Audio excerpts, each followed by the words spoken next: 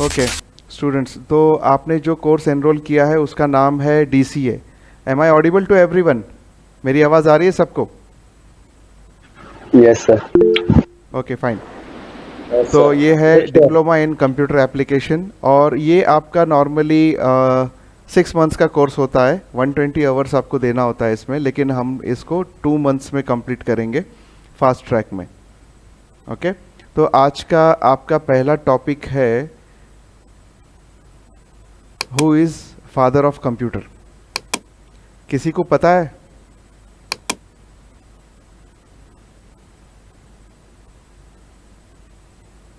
किसी को पता है कौन है फादर ऑफ कंप्यूटर? कौन है? Charles Babbage. Charles Babbage. Charles Babbage जो है वो फादर ऑफ कंप्यूटर है, करेक्ट। लेकिन बाकी उसके बारे में और क्या मालूम है? चलो मैं बताता हूँ आपको इन शॉर्ट। हमारे जो सिलेबस में है, आपको मैं स्क्रीन शेयर कर रहा हूँ।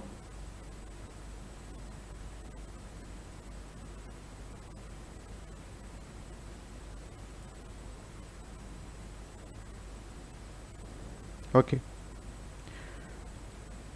दिखाई दे रहा है मेरा स्क्रीन?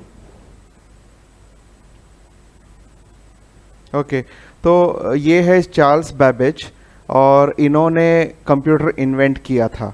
मतलब कंप्यूटर की शुरुआत जो है इन्होंने की थी। जो कंसेप्ट है कंप्यूटर का, इन्होंने पहला नींव इसका रखा था, इसीलिए इनको फादर ऑफ कंप्यूटर कहा जाता है। जैसे हमारे बापूजी है मोहनदास करमचंद गांधी, इन्होंने फ्रीडम की सबसे पहली नींव रखी थी और इंडिया को आज़ाद किया था अंग्रेज से, इसीलिए उनको फादर ऑफ इंडिया बोलते हैं, बापू बोलते हैं, बापू बुलाते हैं। एक्चुअल में उनका नाम बापू नहीं है, बट उनका बापू नाम पड़ गया बिकॉज ऑफ दिस थिंग। तो इसी तरीके से कंप्यूटर के फील्ड में अगर आप हो और आपको इस बंदे के बारे में नहीं मालूम है, सो इट्स नॉट गुड। मतलब कम से कम इतना तो आपको पता होना चाहिए कि कंप्यूटर बनाया किसने है, इस दुनिया में उसका इजाद किसने किया है। तो ये है चार्ल्स बैबेज। तो आज हम सिर्फ इसी का टॉपिक हम देखने वाले हैं, चार्ल्स बैबेज। चार्ल्स बैबेज का जो लाइफ हिस्ट्री है वो मैं थोड़ा सा आपको बताऊंगा कि वो क्या था और कैसे था। इसके पहले मैं आपको वर्बली कुछ उसका एक छोटा सा स्टोरी बता रहा हूँ। Charles Babbage was born in a poor family, okay. और उसने बहुत पढ़ाई के लिए मेहनत की और वो एक साइंटिस्ट बना, मैथमेटिशियन बना। मैथमेटिशियन उसको बोलते हैं जो मैथ्स का मास्टर होता है। मतलब वो मैथ्स में नए नए फार्मूलाज, नए नए चीज़ें, नए नए इवैल्यूएशंस वो इजाद करता है, उसको हम बोलेंगे मैथमेटिशियन। साइंटिस्ट सिर्फ केमिकल से खेलने वाले, बॉम्ब बनाने वाले या कुछ ऐसे मतलब एक्स्ट्रा रोबोट्स बनाने वाले, उन्हीं को साइंटिस्ट बोलते हैं, ऐसे नहीं है। मैथ्स में भी साइंटिस्ट होते हैं और उनको हम मैथमेटिशियंस बोलते हैं।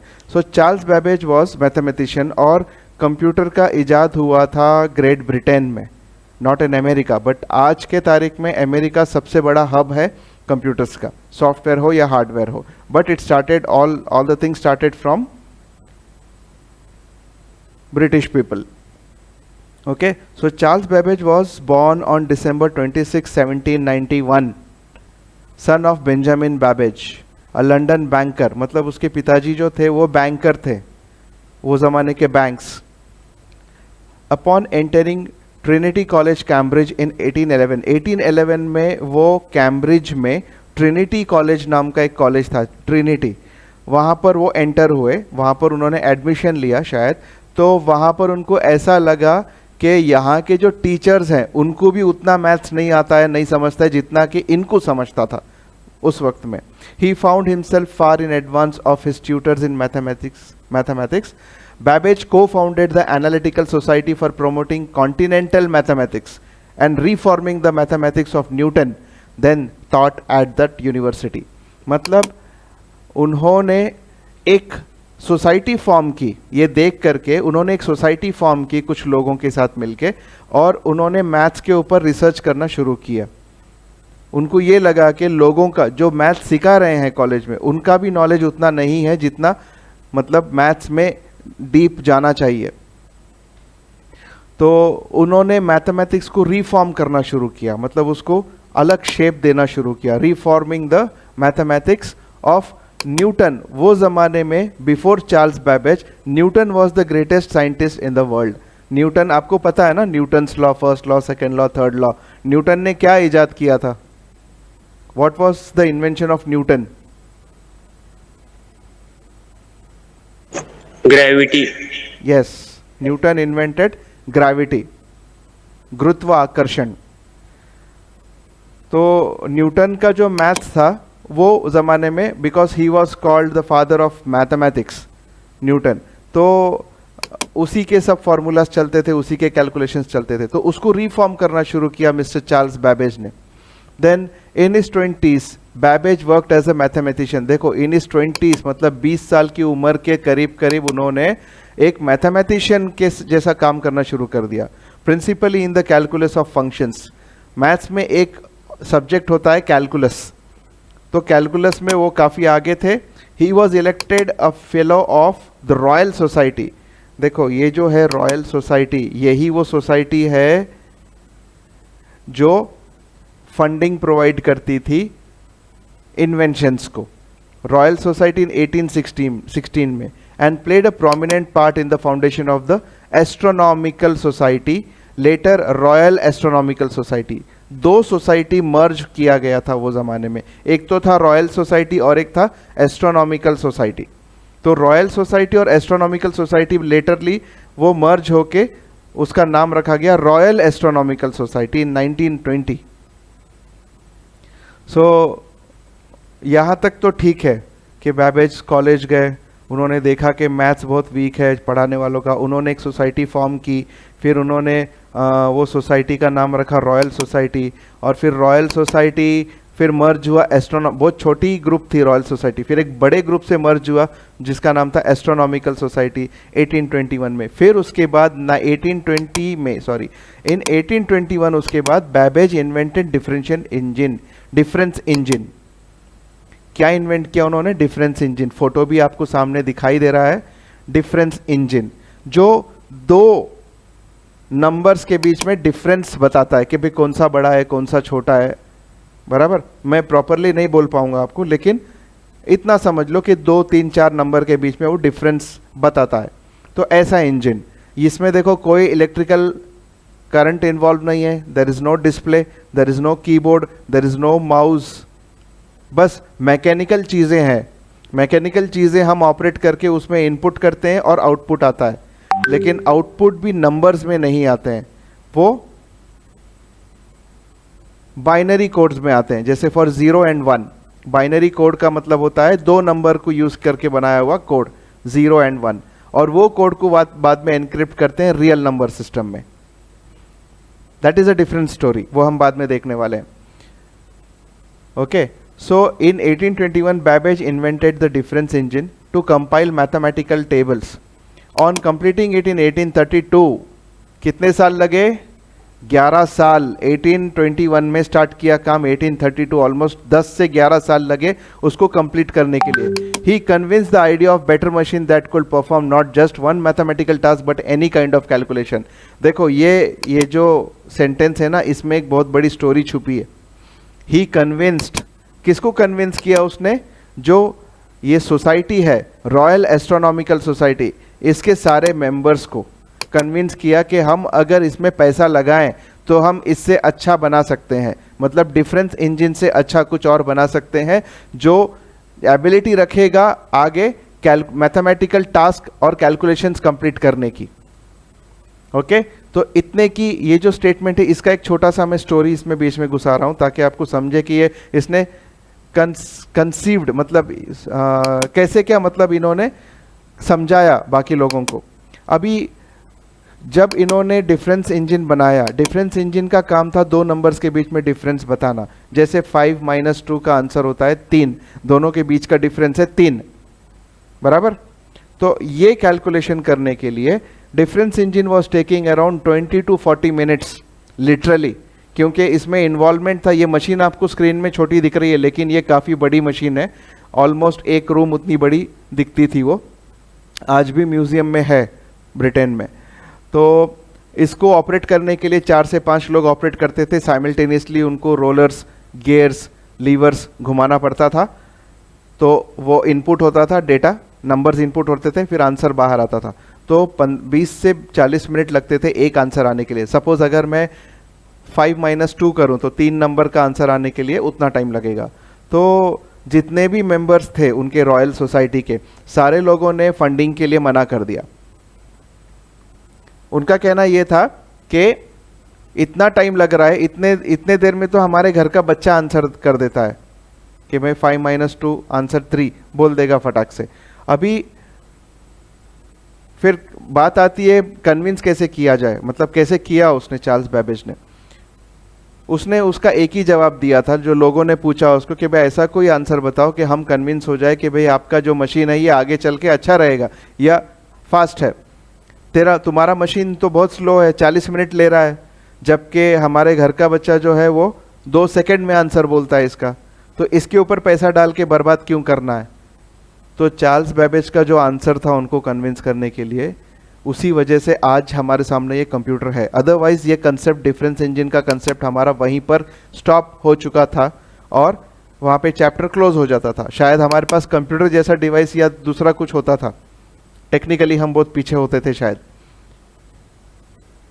तो उनका आंसर था कि भाई अगर ये मशीन आप बोल रहे हो 40 मिनट्स ले रहा है और आपके घर का बच्चा 2 सेकंड में बता रहा है, 3-4 सेकंड में आपका आंसर दे रहा है, लेकिन वो बच्चे को वो 3-4 सेकंड आंसर देने के लिए ही हैज़ टू पास एटलीस्ट, मतलब 3.5 साल का होने के बाद फिर उसको नर्सरी में डालेंगे, फिर LKG, UKG, first standard, second standard, तो सेकंड या थर्ड स्टैंडर्ड तक वो जाएगा तो आंसर दे पाएगा, थर्ड के बाद या फोर्थ के बाद वो आंसर दे पाएगा। तो मतलब वो जवाब देने के लिए कितना प्रिपरेशन करना पड़ रहा है उसको, कितने साल का प्रिपरेशन करना पड़ रहा है, तकरीबन 6 साल, 6 to 8 years you have to prepare that child to get that answer from him। लेकिन मेरा डिफरेंस इंजन मैंने आज बनाया है, आज आपके सामने है, आज ही ये 40 मिनट में आंसर दे रहा है। तो फास्ट क्या हुआ, आपका बच्चा या मेरा इंजन? हाँ, इन्वेंशन करने में 10 साल लगे, लेकिन अगर आप अभी बोलोगे मेरे को डिफरेंस इंजन बनाओ तो मैं अभी 1 घंटे में बना दूंगा दूसरा कॉपी डिफरेंस इंजन का। मतलब 1 घंटे में आपके सामने दूसरा डिफरेंस इंजन तैयार रहेगा सारे पार्ट्स इकट्ठा करके। लेकिन अगर मैं आपको बोलूं कि आप अभी बच्चा पैदा करो और अभी के अभी मेरे को उसका जवाब लो, मतलब जो न्यू बॉर्न बेबी होता है उसके पास से जवाब लो, तो दे पाएगा? नहीं। Then that baby has to go through that process of 6 to 8 years, then he will be able to give the answer what is 5 - 2, correct? तो स्लो कौन हुआ, ह्यूमन हुआ या ये मशीन हुआ? Definitely human. तो ये कन्विंसिंग आंसर जो था वो सबको पसंद आया, तो उन्होंने उसको फंडिंग किया और उन्होंने फिर काम शुरू किया एनालिटिकल इंजन का, जो रिलीज किया गया था 1856 को, which was intended as a general symbol manipulator and had some of the characteristics of today's computer। आज के कंप्यूटर के कुछ कैरेक्टरिस्टिक इसमें है एनालिटिकल इंजन में। हम इसको डिटेल में नहीं समझने वाले, क्योंकि आज का चैप्टर हमारे को चार्ल्स बैबेज के जो लाइफ हिस्ट्री है उसके बारे में समझना है। तो ये जो दूसरा मशीन उन्होंने बनाया एनालिटिकल इंजन 1856 में, सी द डिफरेंस, 1832 से लेके तो 1856 तक कितने साल गुजर गए? 24 years। आफ्टर 24 years मतलब उसने उसकी पूरी जिंदगी डिफरेंस इंजन और एनालिटिकल इंजन में गुजार दी, और यहां तक कि एनालिटिकल इंजन सक्सेसफुल होने से पहले वो एक्सपायर भी हो गया, मतलब ऊपर वाले को प्यारा हो गया। Charles Babbage. Then will go forward. Critical tolerances required by his machine exceeded the level of technology available at the time, and though Babbage's work was formally recognized by respected scientific institutions, the British government suspended funding for his difference engine। difference engine का fund suspend किया था 32 को, and after an agoning waiting period ended the project in 1842। 1842 को project को stop लगा दिया गया था। There remain only fragments of Babbage prototype difference engine। उसके बाद, and though he devoted most of his time and large fortune towards construction of his analytical engine, after 1856 he never succeeded in completing any of his several designs for it। George Schutz, a Sweden printer, successfully constructed a machine based on the design of Babbage difference engine. फिर एक बंदा बीच में आता है, क्या नाम, George Schutz के नाम से, और वो डिफरेंस इंजन को थोड़ा उससे बेसिक्स लेके उसमें वो और कुछ एडिशन करता है और अपना एक प्रोडक्ट बाहर निकाल देता है 1854 को. This machine printed mathematical, astronomical and actuarial tables with unprecedented accuracy and was used by the British and American governments. Though Babbage work was continued by son, ये पॉइंट नोट करने वाली है. बैबेज का जो काम है, बैबेज के जाने के बाद Henry Prevost Babbage, Charles Babbage का बेटा, ओके, और बैबेज का डेथ कब हुआ? in 1871. The analytical engine was never successfully completed and ran only a few programs with embarrassingly obvious errors. मतलब ये कि एनालिटिकल इंजन पे वो काम किया, रिलीज किया गया था 1856 को, फिर भी उसमें बहुत सारे ग्लिचेस थे, बहुत सारा उसको टेक्निकल चीज़ों की ज़रूरत थी, लेकिन उसके चलते फंडिंग रोक दिया गया और प्रोजेक्ट बंद कर दिया गया. फिर उसके बाद बीच में एक साइंटिस्ट और घुसता है, मैंने नाम बताया आपको जॉर्ज शुट्स नाम का स्वीडिश प्रिंटर, और इसने इसको सक्सेसफुली कंस्ट्रक्ट किया. हालांकि उसको नाम नहीं दिया गया उसके मशीन को, because everything was taken from the Babbage work. Okay, तो 1854 में वो मशीन रिलीज किया गया और this machine printed mathematical, astronomical and actuarial tables with unprecedented accuracy. बहुत एक्यूरेट मशीन बनाया था उसने.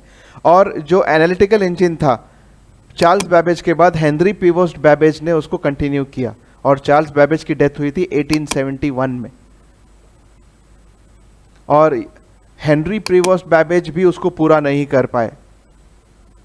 जहां तक उन्होंने किया था तब तक उसमें कुछ अच्छे से प्रोग्राम्स मतलब रन होते थे, लेकिन एरर काफी आते थे, एम्बेरसिंगली ऑब्वियस एरर्स. ओके, सो ये था, ये कुछ और तारीफ लिखी है बैबेज के बारे में, आप पढ़ लीजिएगा. ये मैं आपको डाल दूंगा आपके ग्रुप में. So you have to preserve this PDF files. Okay, और despite his many achievements, the failure to construct his calculating machines and in particular the failure of the government to support his work left Babbage in his declining years a disappointed and embittered man. He died at his home in London on October 1871. यहाँ पे बताया था ना मैंने 1871 में, 18 अक्टूबर 1871 में उसकी death हो गई. बट उन्होंने जो सोचा था, उनकी सोच और उनका जो इजाद है वो आज हमारे सामने है अपने कंप्यूटर लैपटॉप के शक्ल में. So thanks to mister Babbage. इसीलिए जो भी हमारे कंप्यूटर फंडामेंटल्स के लेक्चर होते हैं, we start with this person Charles Babbage. Okay, किसी को कुछ पूछना है? Any doubt? होप सारे लोगों को मेरी आवाज़ पहुंची है और आपको लेक्चर भी समझ में आया है. और कुछ अगर आपको इस लेक्चर के बारे में क्यूरीज है, कुछ सवाल है, क्वेश्चन है, तो आप प्लीज़ मेरे व्हाट्सएप ग्रुप में पिंग कीजिए. धन्यवाद.